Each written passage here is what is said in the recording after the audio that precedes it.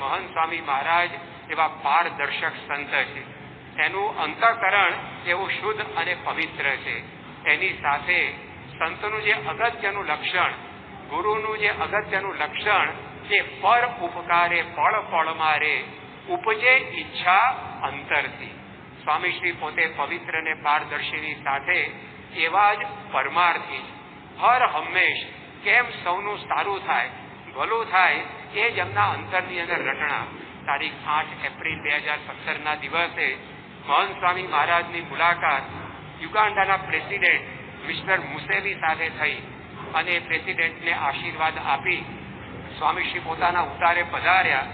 ત્યારે સહેજે એમના મુખમાંથી શબ્દો નીકળ્યા કે પ્રેસિડેન્ટને મળ્યા પછી અહીંયા આવતા સુધી રસ્તામાં જેટલા માણસો દેખાયા એ બધાને જોઈને વિચારતો હતો કે ભગવાન સૌનું ભલું કરે. કોઈ પણ વ્યક્તિને જોઈને એમના વિચાર આવે, ન કેવળ પોતાના આશ્રિતો, પણ રસ્તે ચાલતી કોઈ પણ વ્યક્તિને જોઈને એમનું અંતઃકરણ એનું ભલું થાય એ વિચાર્યા વિના એ રહી શકતું નથી. તારીખ 7 સપ્ટેમ્બર 2018 દિવસે અમદાવાદમાં મહંત સ્વામી મહારાજે વાત કરેલી કે બધાનું કલ્યાણ થાય, બધાનું શુભ થાય, બધાનું સારું થાય, એ પ્રાર્થના સતત થયા જ કરે, એક સેકન્ડ ખાલી જતી નથી. ઘણી વાર આપણે કલાકે 5 કલાકે પ્રાર્થના કરીએ, પરંતુ એક સેકન્ડ બીજાનું ભલું થાય, શુભ થાય એવી પ્રાર્થના સિવાય કે આ મહંત સ્વામી મહારાજની વીતતી નથી. તો આ રીતે ભૂલે ભૂંડો ભાવ નથી. એ જે નિષ્કુળાનંદ સ્વામીએ સાચા સંત ગુરુના લક્ષણો બતાવ્યા છે, જે મૂર્તિમાન એ સ્વામીશ્રીના જીવનની અંદર આપણને દેખાય છે. તો આવા ગુરુ જે સ્વામીએ કહ્યું એનું પંડનું વર્તન જોવું. ગુરુનું લક્ષણ એ કોઈ સારા પ્રવચનો, કથાઓ, પારાયણો, વ્યવસ્થાપનો, મેનેજમેન્ટ ઇત્યાદિ કરવું એ નથી. ગુરુ એ કરતા હોય, પરંતુ પરખ એનું વર્તન છે. તો પરખ છે એનું પોતાનું જીવન છે, એ સ્વામીશ્રીના જીવનમાં આપણને દેખાય છે.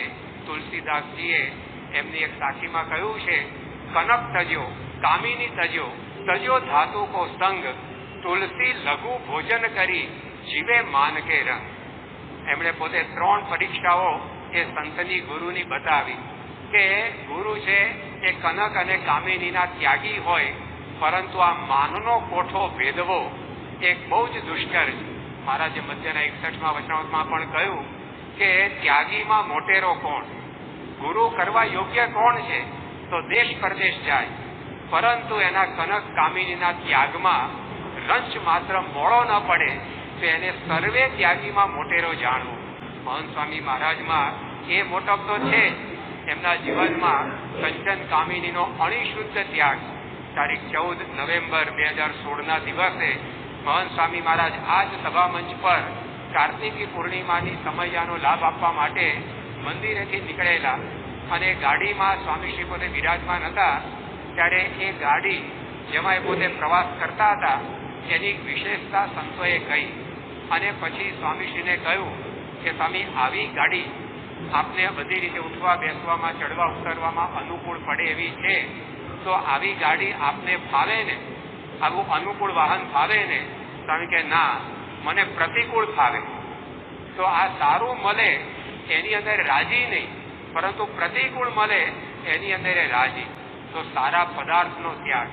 એમના જીવનમાં એવું અષ્ટાંગ બ્રહ્મચર્ય, ઉર્ધ્વ રહેતા નૈષ્ઠિક બ્રહ્મચારીઓની જે વાતો એ શાસ્ત્રોમાં છે, એ મૂર્તિમાન સ્વામીશ્રીમાં છે. 1974ના વર્ષમાં જ્યારે સ્વામીશ્રી રાજકોટમાં હતા અને તેઓએ માંદગી ગ્રહણ કરી, તે વખતે સ્વામીશ્રીને આયુર્વેદિક દવાઓ ઉપર પ્રથમથી વિશેષ રુચિ.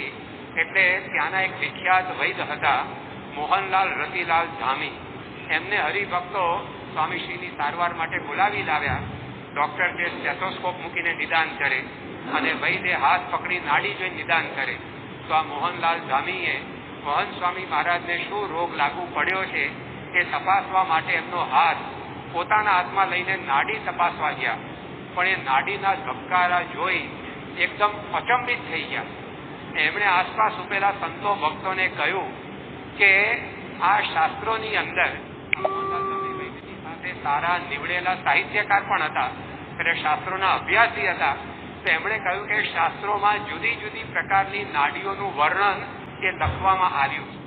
એમાં જે વ્યક્તિને જાગ્રત, સ્વપ્ન કે સુષુપ્તિમાં પણ સ્ત્રી ભોગનો ક્યારે સંકલ્પ ન થયો હોય, જે ઉર્ધ્વ રહેતા નૈષ્ઠિક બ્રહ્મચારી હોય, એની નાડીઓના વર્ણન પણ લખાયા છે.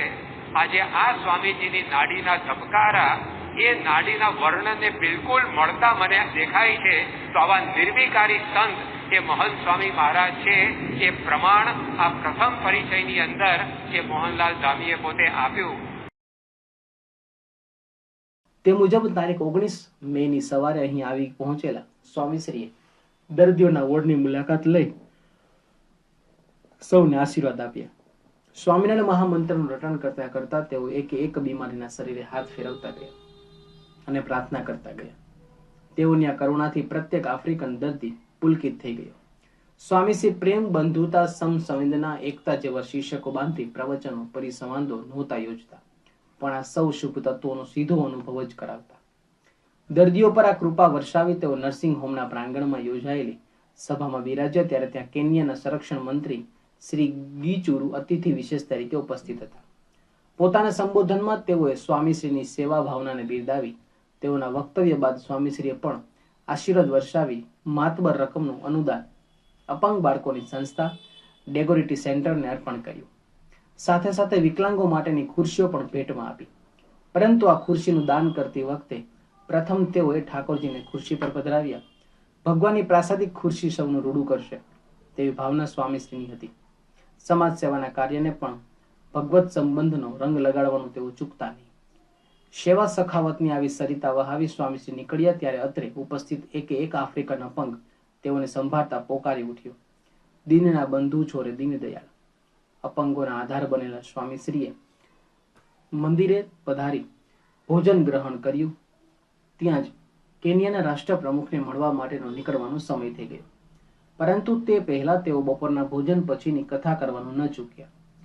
ગરડા મધ્ય પ્રકરણનું 41મું વચનામૃત વંચાવી તેઓએ રાષ્ટ્રના વડાને મળવા માટે પ્રસ્થાન કર્યું. બપોરના 2:30 વાગ્યે સ્ટેટ હાઉસમાં શ્રી ડેનિયલ ટી આરપ મોઈ સાથે સ્વામીશ્રીની ઐતિહાસિક મુલાકાત થઈ.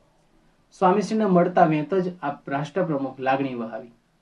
આપના અનુયાયીઓ આ દેશના સારા નાગરિકો છે. તેઓ અમારી ભેગા હળી મળીને રહે છે. આપ સુખેથી આ દેશમાં વિચરો. રાષ્ટ્રપતિની આ ભદ્ર ભાવનાથી રાજી થઈ સ્વામીશ્રીએ તેઓને શ્રીજી મહારાજના જીવન કાર્યનો પરિચય આપ્યો. હરે કૃષ્ણ મહારાજના દર્શન કરાવ્યા.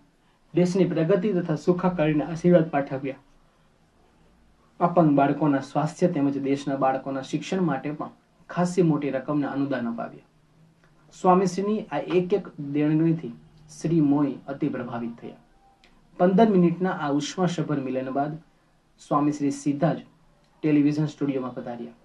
અહીં વોઇસ ઓફ કેન્યાના ટીવી પ્રોગ્રામ માટે તેઓના વક્તવ્યનું અને સંતોના ભજનોનું ધ્વનિ મુદ્રણ કરવામાં આવ્યું. આમ સ્વામીશ્રીનો આજનો દિવસ ખૂબ ભીડાભર્યો રહ્યો. તેમાં બપોરનો આરામ પણ કચરાઈ ગયો. છતાં કષ્ટની પીડા નહીં પણ સેવાના આનંદ સાથે તેઓ પોઢ્યા ત્યારે આકાશવાણી દ્વારા આખું કેન્યા તેઓએ રેલાવેલા શ્રીજી સંદેશાથી ગુંજી રહેલી. 20 મેની સવારે સત્સંગીઓના સમૂહમાં જ નહીં પણ આખી આફ્રિકન આલમમાં સ્વામીશ્રીના પડઘા ગુંજી રહ્યા. કારણ કે આ દિવસે પ્રકાશિત થયેલા સ્ટાન્ડર્ડ, ડેઇલી નેશન જેવા ખ્યાતનામ અખબારોના પ્રથમ પાને જ તેઓ અને રાષ્ટ્ર પ્રમુખના મિલનની તસવીરો ચમકી હતી. સ્વામીશ્રી સમક્ષ પણ તે વાત કરતા કોકે કહ્યું, બાપા આપનો ફોટો સરસ આવ્યો છે. મહારાજનો ફોટો આવી ગયો, સ્વામીશ્રી બોલ્યા. તેઓની સાથે છબીમાં દર્શાવતા હરિકૃષ્ણ મહારાજના સંદર્ભમાં આમ કહી તેઓએ પરમ સંતોષ અનુભવ્યો.